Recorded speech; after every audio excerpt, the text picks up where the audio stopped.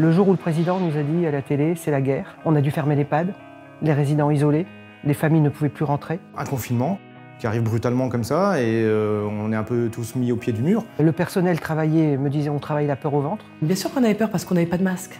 Alors non seulement on n'avait pas de masque, mais on nous interdisait d'en porter. Je me suis dit, si on s'arrête maintenant, on s'arrêtera pour tout finalement. Donc vous êtes là pour le service public, pour l'usager, pour les personnes. Parce que quand on a fermé les écoles, il faut savoir qu'il y a des enfants qui ne mangeaient plus le midi. Donc je veux dire, ça a été complètement compliqué.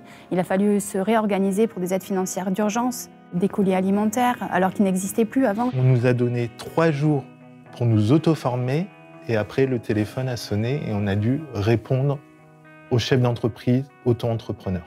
Les organismes privés se sont mis en télétravail, le service public, nous on était là. On est policiers, si nous on n'y va pas, qui va y aller en fait? 86% des patients Covid ont été pris en charge à l'hôpital public. Ça a révélé la capacité, la force de frappe des services publics à pouvoir exercer, même dans des conditions dégradées, un service public de qualité.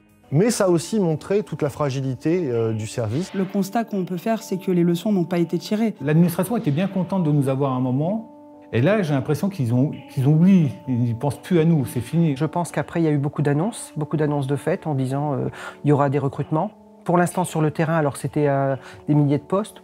Nous, sur le terrain, on n'a rien. Le nombre de contrats précaires continue d'augmenter. On voit notamment que la loi de transformation de la fonction publique, qui porte un coup grave au statut des fonctionnaires, est passée pendant cette période de Covid. On nous demande toujours plus avec moins.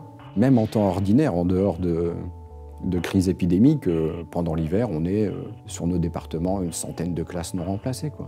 Le service public, sa particularité, c'est qu'il est là pour tout le monde, du plus pauvre au plus riche. Et on va même dire que plus on est défavorisé, plus on va en avoir besoin de ces services publics. Le manque de remplaçants, ça touche qui en premier? Les élèves les plus fragiles. Une république sans service public, c'est inconcevable. Les problèmes, c'est toujours les mêmes. C'est des directions très très jeunes, de plus en plus jeunes, qui ne pensent qu'à leur rendement, on va dire. Donc on est là, nous, les organisations syndicales, pour faire un contrepoids. On a pu voir pendant le Covid que des actions collectives pouvaient quand même porter leurs fruits. Il faut des postes. Il faut payer les gens correctement. C'est sur les chiffres de l'INSEE qui disent à quel point on a perdu en pouvoir d'achat.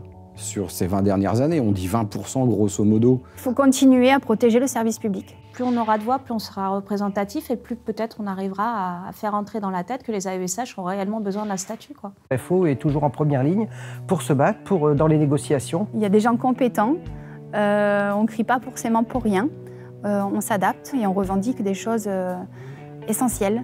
Pour moi, FO, c'est le seul syndicat qui va être libre et indépendant. C'est le syndicat qui m'a aidé et c'est le syndicat que je recommande à tous mes collègues. Il y a des élections professionnelles bientôt. Il va falloir voter pour un syndicat qui va défendre les intérêts des salariés de la fonction publique pour apporter à tous l'éducation, les soins sur tout le territoire, d'où qu'on vienne et où qu'on soit. Je pense que le service public, pour moi, c'est un trésor. Et je crois que c'est un trésor qu'il faut conserver.